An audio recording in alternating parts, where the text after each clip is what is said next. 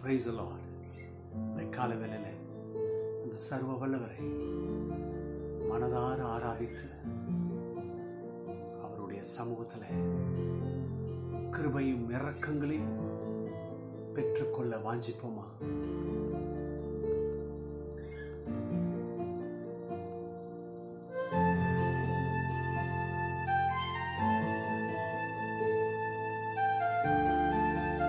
நல்லவரே, நீர் எங்களை ஆற்றுகிறீர், தேற்றுகிறீர். உமது அன்புக்கு நன்றி அப்பா, உமது இரக்கங்களுக்கு நன்றி அப்பா. உம்மை போல யாரும் இல்லை. தாய் போல தேற்றி, தந்தை போல ஆற்றி, தோள் மீது சுமந்திடும் என் இயேசையா. தாய் போல தேற்றி, தந்தை போல ஆற்றி, தோள் மீது சுமந்திடும் என் இயேசையா. உம்மை போல புரிந்து கொள்ள யாரும் இல்லையே, உம்மை போல அரவணைக்க யாரும் இல்லையே, உம்மை போல புரிந்து கொள்ள யாரும் இல்லையே, உம்மை போல அரவணைக்க யாரும் இல்லையே. நீ போதும் என் வாழ்விலே இயேசையா, நீ போதும் என் வாழ்விலே. நீ போதும் என் வாழ்விலே இயேசையா, நீ போதும் என் வாழ்விலே. தாய் போல தேற்றி, தந்தை போல ஆற்றி, தோள் மீது சுமந்திடும் என் இயேசையா.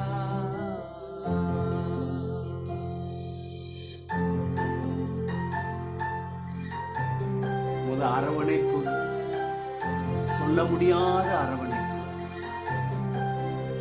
கீழே விழுந்திருக்கிற எங்களை தூக்கி எடுத்து உன்னதங்களிலே அமர செய்கிற சர்வ வல்லவரே நன்றி. மலை போல துன்பம் என்னை சூழும் போது அதை பனி போல உருகிட செய்பவரே. மலை போல துன்பம் என்னை சூழும் போது அதை பனி போல உருகிட செய்பவரே. கண்மணி போல் என்னை காப்பவரே, உள்ள கையில் பொறிந்தென்னை நினைப்பவரே. கண்மணி போல் என்னை காப்பவரே, உள்ள கையில் பொறிந்தென்னை நினைப்பவரே. நீ போதும் என் வாழ்விலே இயேசையா, நீ போதும் என் வாழ்விலே. நீ போதும் என் வாழ்விலே இயேசையா, நீ போதும் என் வாழ்விலே. தாய் போல தேற்றி, தந்தை போல ஆற்றி, தோள் மீது சுமந்திடும் என் இயேசையா.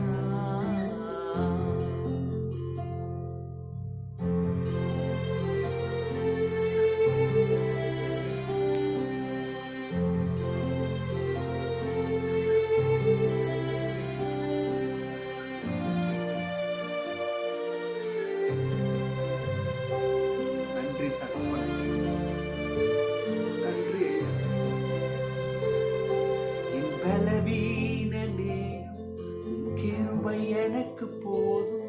உன் பலவீனத்தில் என் பலன் தருவேன் என்றே. பலவீன நேரம் என் கிருபை உனக்கு போதும். உன் பலவீனத்தில் என் பலன் தருவேன் என்றே. நிழல் போல என் வாழ்வில் வருபவரே, விலகாமல் துணை நின்று காப்பவரே. நிழல் போல என் வாழ்வில் வருபவரே, விலகாமல் துணை நின்று காப்பவரே.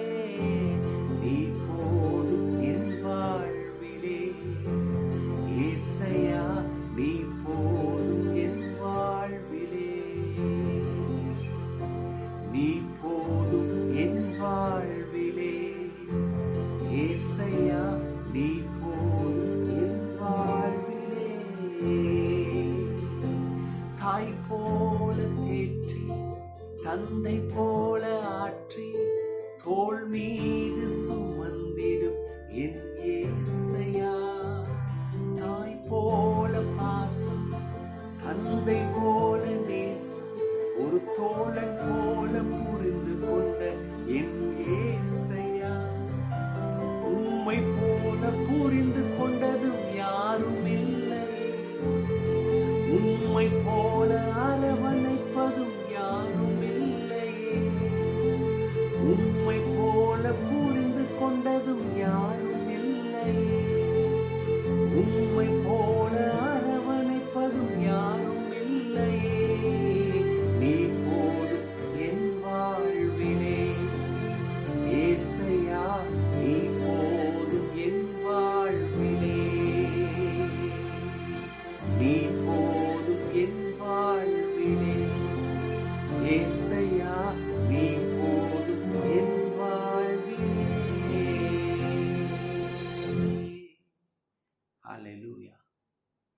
இருக்கிற இடத்துல நம்ம இருதயத்தை உயர்த்தி எல்லாரும், ஆண்டவரே நீ போதும் எங்கள் வாழ்விலே, நீர் போதும்பா, நீர் இருந்தீர் என்று சொன்னால் எங்களை நிழல் போல தொடர்ந்து வருகிறேன்.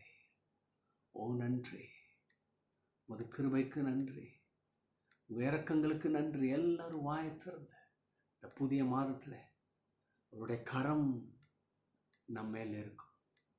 அவர் தப்பாமல் நம்மளை நடத்துவார். ஓ நன்றி. அவருடைய கிருபை விலகாது, அவருடைய தயவு விலகாது, அவருடைய காருண்யம் விலகாது. ஓ நன்றி. சூத்திரம் சூத்திரம்.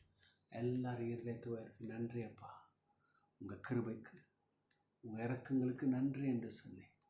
இந்த நல்ல கர்த்தரை எல்லாரும் துதிப்போம். சூத்திரம் சூத்திரம். ஓ நல்லவரே நன்றி. இந்த புதிய மாதத்திலும் உங்களுடைய கரம் எங்களை நடத்தும். நான் நம்புகிறேன்ப்பா, நம்புகிறேன். யார் எங்களுக்கு விரோதமாக எழும்பினாலும் சரி, உங்கள் கிருபை எங்கள் மேலே இருக்கும், எங்களை பாதுகாக்கும், எங்களை அரவணைக்கும். ஓ நன்றி. சோதரன் சோதரன் சோதரன் சோதரன். ஹல்லேலூயா. எல்லாரும் வாயத்திறந்து சோதரன் சோதரம் அப்பா, உங்கள் இறக்கங்களுக்காக நன்றி. எல்லாரும் வாயத்திறந்து அவருடைய தயவுக்காக, அவருடைய இறக்கங்களுக்காக சோதரன் சோதரன் சோதரன் சோதரன். நன்றி நன்றி நன்றி, கோடி நன்றி அப்பா, நன்றி அப்பா. சோதரன் சோதரன் சோதரன். ஓ எல்லாரும் அதை எபினேசரை நோக்கி, ஓ சோதரன் இறக்கங்களுக்கு நன்றி. ஜெப வேளையில நம்முடைய குடும்பங்களுக்காக, நம்முடைய பிள்ளைகளுக்காக ஜெபம் பண்ணுவோம். ஆண்டவரே, என் குடும்பத்துக்கு உங்கள் இறக்கம், உங்கள் வழி நடத்துதல் வேணும்ப்பா, நடத்துங்க. இந்த குடும்பங்கள் மேலே உங்களுடைய கரம் இருக்கட்டும், அது விலகாத பிரசனம் இருக்கட்டும். வியாதியில் இருக்கிறீங்களா, அந்த இடத்துல கையை வச்சு ஜெபம் பண்ணுங்க. இயேசுவின் நாமத்தினாலே தழும்புகளிலே சுகம் உண்டாகட்டும். உங்களுடைய தழும்புகள் இயேசுவின் தழும்புகளிலே சுகம் உண்டாகட்டும். ஓ நன்றி சோதரன், நன்றி நன்றி. பிள்ளைகள் எந்த விதத்தில் பலவீனமாக இருக்கிறாங்களோ தொட்டு ஜெபம் பண்ணுங்க. இது ஜெபம் பண்ணுகிற நேரம், கர்த்தர்கிட்ட பேசுகிற நேரம்.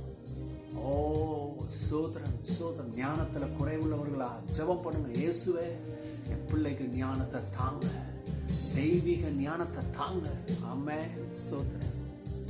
உங்கள் பிஸ்னஸில் தொய்வா, இந்த ஜெப நேரத்தில் 2 கரங்களை உயர்த்தி, இயேசுவே என் கரங்களை ஆசீர்வதிங்கப்பா. இந்த கரம் உங்களால் ஆசீர்வதிக்கப்படணும். கை எந்த இடத்துல வைக்கிறனோ, அன்னைக்கு ஈசாக்கு எந்த இடத்துலலாம் கையை வைக்கிறானோ அந்த துறவு வந்தது, அங்கே ஊற்று தண்ணீர் வந்தது. அவனுடைய கையின் பிரயாசத்தை வாய்க்க பண்ணினீர். அந்த கையிலே பஞ்சகாலத்தில் விதைத்தான், 100% நன்மை வந்தது. நான் இன்னைக்கு உங்களை நம்புகிறேன். அதே போல் பஞ்சகாலத்தில் விதைக்கிறேன். இன்னைக்கு உங்கள் வாழ்க்கையில் பஞ்சம் நெருக்கடியில் நீங்கள் உட்கார்ந்துட்டு இருக்கிறீங்க. கர்த்தர் அந்த நெருக்கடியில், அந்த பஞ்சத்தில் உங்களை பழுக செய்வார், நிரப்புவார். ஏராளம் தாராளமாக உண்டா. ஓ ஓ நன்றி, சோத்திரம், நன்றி நன்றி நன்றி. ஹல்லேலூயா. எல்லாரும் இருக்கிற இடத்துல இயேசுவே, இந்த புதிய மாதத்திலும் உங்களுடைய கிருபை வேணும்.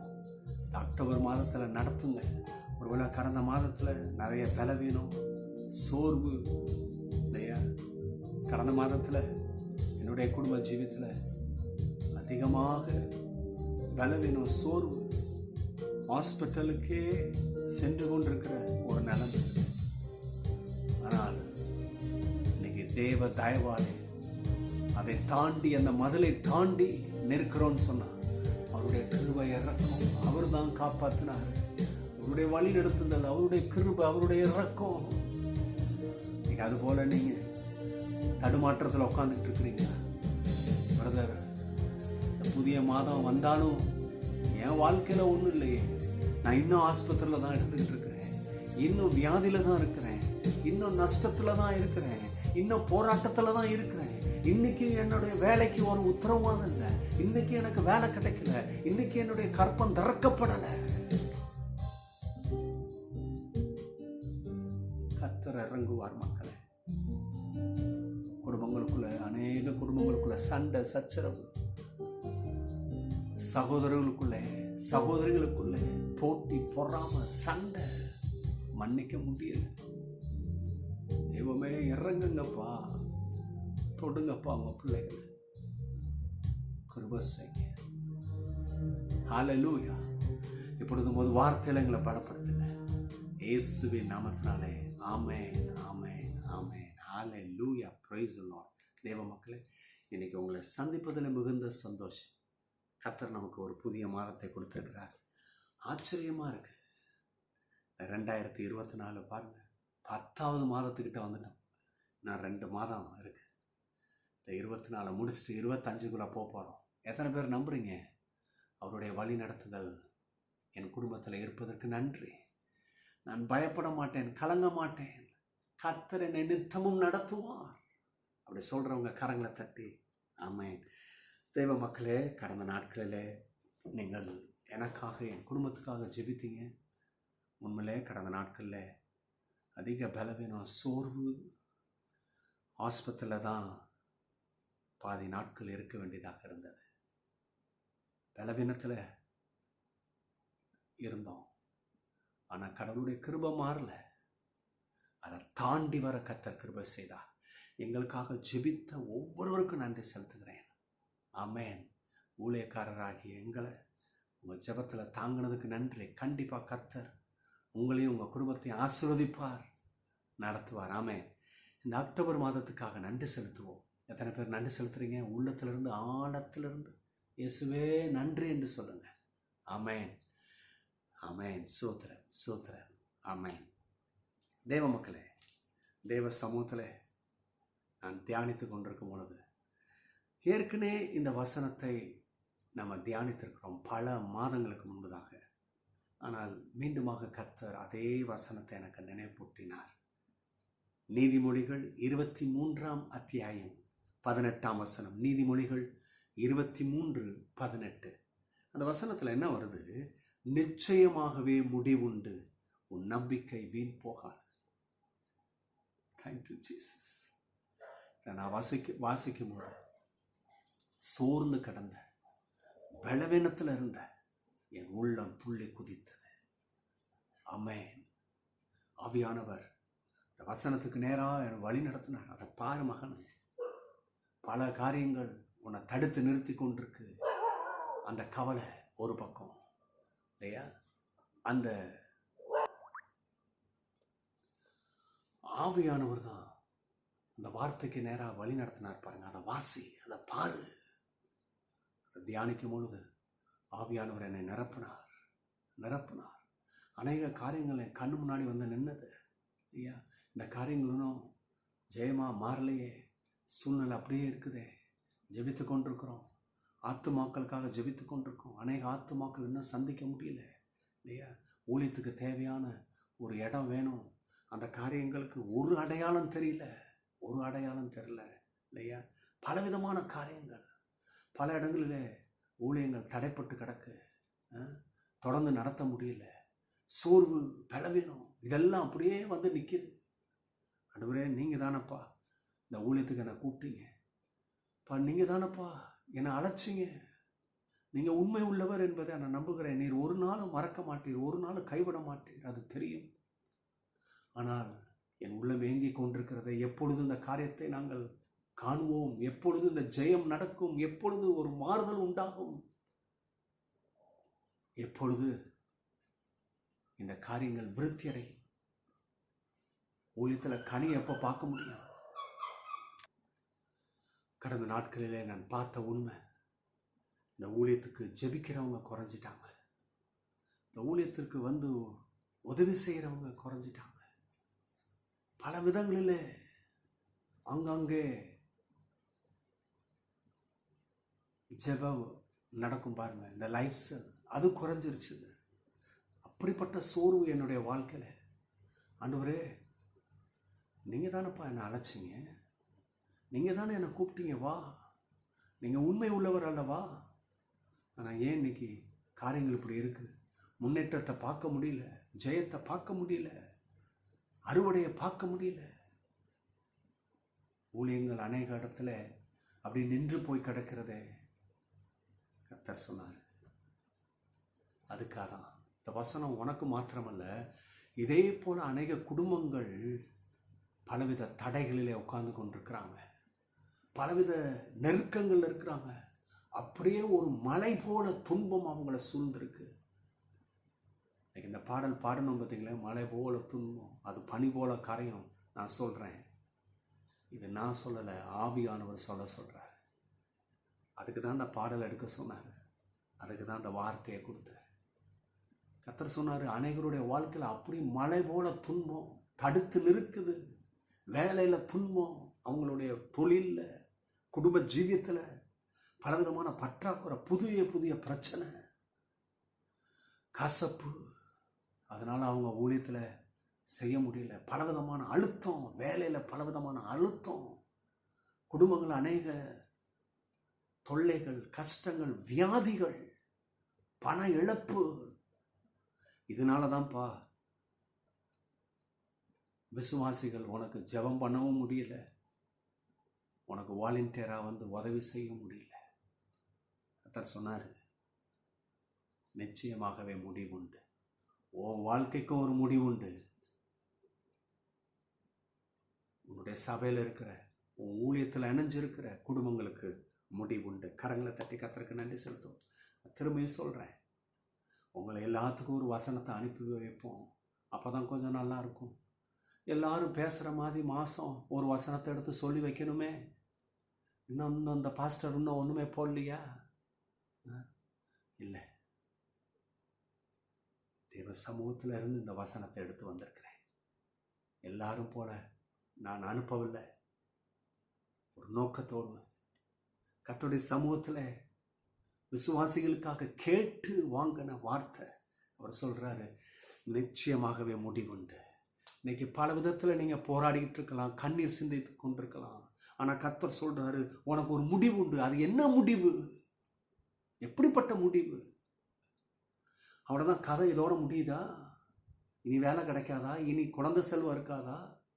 இனி என் குடும்பத்தில் சமாதானம் வராதா? இனி எனக்கு ஒரு வெற்றியை பார்க்க முடியாதா? ஊழியத்தில் முன்னேற்றத்தை பார்க்க முடியாதா? அறுவடையை பார்க்க முடியாதா? அவருடைய இரக்கத்தை பார்க்க முடியாதா? செழிப்பை பார்க்க முடியாதா? சுகத்தை பார்க்க முடியாதா? இல்லை, சுகத்தை பார்க்க முடியும், அறுவடை எடுக்க முடியும், செழிப்பை எடுக்க முடியும்.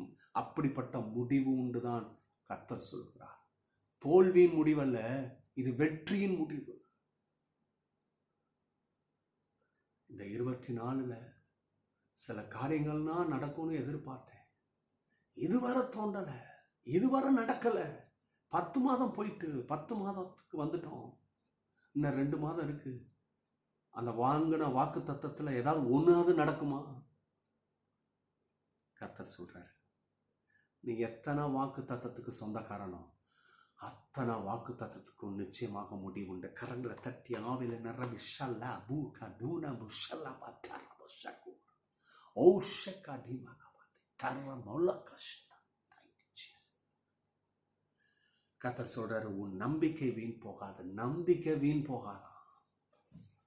நீங்கள் நம்பிக்கிட்டு இருக்கீங்க பார்த்தீங்களா, இயேசு எனக்கு செய்வார், எனக்கு சுகம் உண்டு, வாழ்வு உண்டு, வெற்றி உண்டுன்னு. அந்த நம்பிக்கை வீண் போகாது. மனுஷன் மேலே வச்சுருந்தா வீணாக போயிடும். ஏதாவது பணத்து மேலே, சொத்து மேலே, உங்கள் வேலை மேலே, அது வீணாக போயிடும். கர்த்தர் மேலே வச்சிங்கன்னா லாபம், அது வீண் போகாது. ஒரு 4 காரியத்தை சொல்லிட்டு முடிக்க விரும்புகிறேன். நிச்சயமாக முடிவுண்டு, உன் நம்பிக்கை வீண் போகாதுன்றதை எதை காமிக்குதுன்னா, the certainty of God's promise. Uncertainty இல்லை, சர்டனிட்டி. அதாவது என்னன்னா உறுதி, கடவுளுடைய வாக்குத்தத்தத்தில் உறுதி இருக்கு. 2 கொரிந்தியர் 1:20 பார்த்தீங்கன்னா என்ன சொல்லுது, ரொம்ப அற்புதமாக வருது. நான் ஆங்கிலத்தில் வாசிக்கிறேன். For all the promises of God find their yes in him. எல்லாம் ஆம் என்றும் இருக்கிறது. எல்லாமே ஆம் என்று இருக்கிறது. எல்லா வாக்கு தத்தங்களும் ஆம் என்றும் ஆமென் என்றும் இருக்கிறது. ஆம்னா என்ன? நடக்கும்னு அர்த்தம். அன்சர்டனிட்டி இல்லை, நடக்குமா நடக்காதா ஒரு உத்தரவாதம் இருக்கா இல்லையான்றது இல்லை, இருக்கு. கடவுளுடைய வாக்கு தத்தத்தில் உத்தரவாதம் இருக்கு. இன்னைக்கு எவைகள்லாம் இழந்து தோல்வியின் விளிம்பில் இருந்தா கூட தயவு செய்து கரங்களை உயர்த்தி, ஆண்டவரே, விளிம்பில் நிற்கிறது எனக்கு பெரிய விஷயம் இல்லை, உங்கள் வாக்கு தத்தம் அதை நான் பார்க்குறேன், அது ஒரு நாளும் மறிக்காது, அதுக்கு ஜீவன் இருக்கு, அதை நம்புறேன்னு சொல்லி நம்புங்க. எந்த இடத்துல இருக்கிறீங்களோ அந்த இடத்துல நீங்கள் உயிர்ப்பிக்கப்படுவீர்கள், ஜெனிப்பிக்கப்படுவீர்கள். கர்த்தர் உங்களுக்கு அனுக்கிரகம் பாராட்டுவது அதிக நிச்சயம். 2வது, hope as a source of strength. இந்த நம்பிக்கை இருக்கு பாருங்க, அது பெரிய பலனாக இருக்கு. எப்படிப்பட்ட பலன்? யோசேப்பு இருந்தாரு, அவருக்கு அந்த நம்பிக்கையை தான் சோர்ஸே, வேற சோர்ஸ் கிடையாது. அதுதான் பலனா இருந்தது. நான் நினைக்கிறேன் இதுதான் செஞ்சிருப்பார் அவர். அவங்க அண்ணன் தம்பிமார் குழிக்குள்ள போடும்போது அவர் புலம்பாம இருந்ததுக்கு காரணம் என்னன்னா, இல்லை, கர்த்தர் எனக்கு தரிசனத்தை காமிச்சார், அது எனக்கு நடக்கும். இஸ்மவேலுக்கிட்ட விற்கிறாங்க, இஸ்மவேலர்கிட்ட விற்று போடுறாங்க, அப்பயும் இந்த தரிசனத்தை தான் பார்த்துருப்பாரு. இல்லை, நீ என்னமோ செய், என் கர்த்தர் எனக்கு கொடுத்தது உண்மை. போத்திபார் வாங்குறாரு, அடிமையாக வச்சிருக்கிறாரு, நல்லா தான் போகுது கொஞ்ச நாள் கதை. போத்திபார் மனைவி தவறான சார்ஜஸ் போடுறாங்க, ஜெயிலுக்கு போகிறாரு. அங்கேயும் சொல்லியிருப்பார், இல்லை, அவருடைய வாக்கு தத்துவம், அந்த தரிசனம் உண்மை, அந்த தரிசனத்தை தான் பார்த்துக்கிட்டு இருக்கிறேன். அதுதான் பலன். அதனால தான் அவர் பாவம் செய்யலை, அதனால தான் கர்த்தருக்கு விரோதமாய் துரோகம் செய்யலை. அந்த நம்பிக்கையை பலனா மாற்றணும். இன்னைக்கு மாற்றுவீங்களா? அதுதாங்க உங்க பலன். கர்த்தரை நம்புறதான் உங்க பலன். நிறைய பேர் என்னன்னா, என்ன செய்யறது, நானும் மனுஷன் தானே, அதனால தான் கொஞ்சம் புலம்பிடுறேன். நீங்கள் புலம்புறீங்கன்னா கர்த்தரை நம்பலன்னு அர்த்தம். நம்புறவனுக்கு, கடவுளை நம்புறவனுக்கு கர்த்தரே பலனாக இருப்பார் என்பது உண்மையான காரியம். 3வது, setting goal with God's guidance. அதாவது என்னன்னா, இந்த நிச்சயமாகவே முடிவுண்டுன்றதை என்ன பண்ணுங்க, இந்த கடவுள் கொடுத்த அந்த வாக்கு தத்தத்தை எடுத்து கோலா செட் பண்ணுங்க உங்க வாழ்க்கையில. அதை செட் பண்ணுங்க. இன்னைக்கு இருக்கிற பிரச்சனையை பார்த்துக்கிட்டு அதான் கோல், அதுதான் டெஸ்டினின்னு நினைச்சிட்டு இருக்காதீங்க. அந்த பிரச்சனை, அந்த அழுத்தத்தின் மத்தியில் கடவுளுடைய வாக்கு தத்தத்தை எடுத்து செட் பண்ணுங்க. இதுதான் என் கோல். அவர் என்ன சொன்னாரு? முடிவுண்டு, நம்பிக்கை வீண் போகாது, சிங்கக்குட்டிகள் பட்டினி இருக்கும், கர்த்தரை தேடுறதுக்கு ஒரு நன்மை குறைப்படாது, மலைகள் விலகினாலும் பர்வதங்கள் நிலைப்படுறதாலும் கிருபை இருக்கும். இதுதான், திஸ் இஸ் மை கோல். இந்த கோலை செட் பண்ணுங்க. அன்னைக்கு ஷாத்ராக், மேஷாக், ஆபேத்நேகோ அவ்வளோ உயரமான சிலையை அவங்க வணங்கலை. நெருப்பு எரியுது, 7 மடங்கு அதிகப்படுத்துகிறான். இவங்க கீழ்ப்படியில ராஜாவுடைய கட்டளைக்குன்னு. ஆனால் அதுக்கு அவன் பயப்படல. தகன்னு எரியுது. 7 மடங்குன்னா பாருங்க, அவன் ஏதோ ஒரு மெஷர்மெண்ட் வச்சுருக்கான். 7 டைம்ஸ் ஹையர் ஆயிடுச்சுன்னு கன்ஃபார்ம் பண்ண பிறகுதான் தூக்கி போடுறான். ஹலோ, கவனிங்க கொஞ்சம். என்ன மெஷர்மெண்ட்டாவது வச்சுக்கோ, ஆனால் இவங்க ஒரு மெஷர்மெண்ட் வச்சுருந்தாங்க.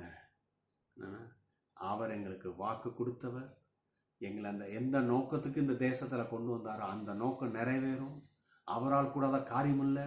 நாங்கள் அவரை தான் நம்புவோம், அவரை மாத்திரம்தான் ஆராதிப்போம். அவரை மாத்திரம்தான் ஆராதிப்போன்றது கோல் செட்டிங்க. வின் பண்ணாங்க. எத்தனை பேருக்கு நான் சொல்கிறது விளங்குது? இன்றைக்கி உங்கள் கோல் என்னவா இருக்குது? எந்த கோலை செட் பண்ணி வச்சுருக்கிறீங்க? நிறைய பேர் கோல் என்ன, சீக்கிரத்தில் நான் இப்படி வேலைக்கு போகணும், இந்த நாட்டுக்கு போகணும், இதை செய்யணும், அதை செய்யணும், அதை வாங்கணும். அந்த கோலைனா அதுனா ரிசல்ட்டு. அதை ரிசல்ட்டை போய் கோலாக செட் பண்ணாதீங்க. கோலாக செட் பண்ணணும்னா அது உங்கள் கர்த்தர் உங்களுக்கு கொடுத்த வாக்குத்தத்தம், அதை தான் செட் பண்ணணும். நாலாவதாக ஹோப்ஃபுல் ஆட்டிடியூட்.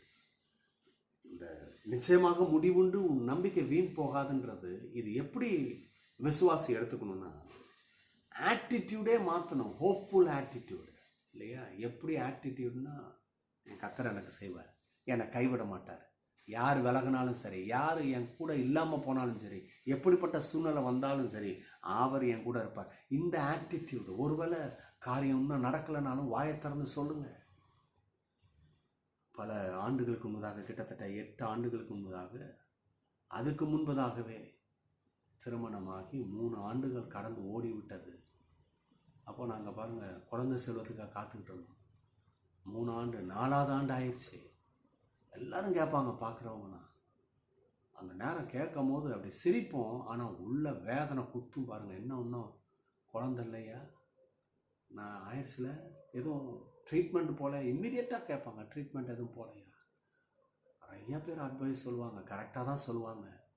ஆனால் வேதனைக்கு மருந்து போடாமல் சொல்லுவாங்க பாருங்கள். கர்த்தர் இருக்கிறாருன்னு சொல்லாமல் கேள்வியை கேட்டுவிட்டு வேதனை படுத்துட்டு அட்வைஸ் கொடுப்பாங்க பாருங்கள். ஒரு அட்வைஸும் மண்டையில் ஏறாது. ஐயா இப்படி கேட்டுட்டாங்களே, ஆனால் நம்ப மாட்டீங்க. ஒரு நாள் ஆவியானவர் சொன்னார், நான் உனக்கு செய்ய போகிறத நீ நம்புறியா? ஆமாம். அப்போது நீ வாயை திறந்து சொல்லு, யார் கேட்டாலும் வெட்கப்படாத, பயப்படாத, சோர்ந்து போகாத.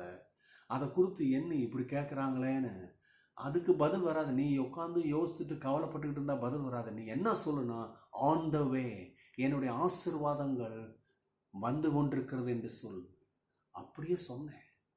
இன்னைக்கு கடவுளுடைய நாமத்துக்கு மகிமை உண்டாகும்படி சொல்கிறேன். அப்படியே சொன்னேன், பலமுறை சொன்னேன். கர்த்தர் கொடுத்தார். ஹல்லேலூயா. ஹோப்ஃபுல் ஆட்டிடியூடு வேணுங்க. கவலை, துக்கம், புலம்பிக்கிட்டு ஐயோ நடக்குமா நடக்காது, ஏன் தலையெழுத்து, இந்த ஆட்டிடியூடு ஒரு விஷயம் செய்யாது. நீங்கள் முன்னேற முடியாது, நீங்கள் ஜெயம் எடுக்க முடியாது. பேசுறதுக்கு நல்லா இருக்கும், ஆனால் வேலை செய்யாது. வேலை செய்கிறதுன்னா ஆட்டிடியூடு காமிங்க. கடவுளுடைய பிள்ளைன்றதை காமிங்க. நீங்கள் ராஜாக்கள், நீங்கள் லேவியர், நீங்கள் ஆசாரியர்கள், ராஜாக்கள். அந்த ஆட்டிடியூட காமிங்க. தோல்வி மனப்பான்மை, ஒரு பிச்சைக்காரனை போல எண்ணத்தை வச்சுக்கிட்டு ஏன் தான் இப்படி இருக்கும் இல்லை, அந்த ஆட்டிடியூடை கட் பண்ணுங்க, அதை தூக்குங்க. தாழ்வு மனப்பான்மை எடுங்க, எதை உள்ளே கொண்டு வாங்க. நான் அவர் வீட்டு பிள்ளை, நான் ராஜா, நான் அவருடைய பிள்ளை, அவருடைய ஆசீர்வாதத்துக்கு சொந்தக்காரன். அதை எடுங்க, கண்டிப்பாக ஜெயம் எடுப்பீங்க. அப்பா பிதாவே, இந்த நாள் இந்த வார்த்தையை அனுப்பி வைக்கிறேன். ஒவ்வொருவருக்கும் சுகமும் ஆரோக்கியமும் உண்டாகட்டும், ஜெயம் எடுக்கட்டும்.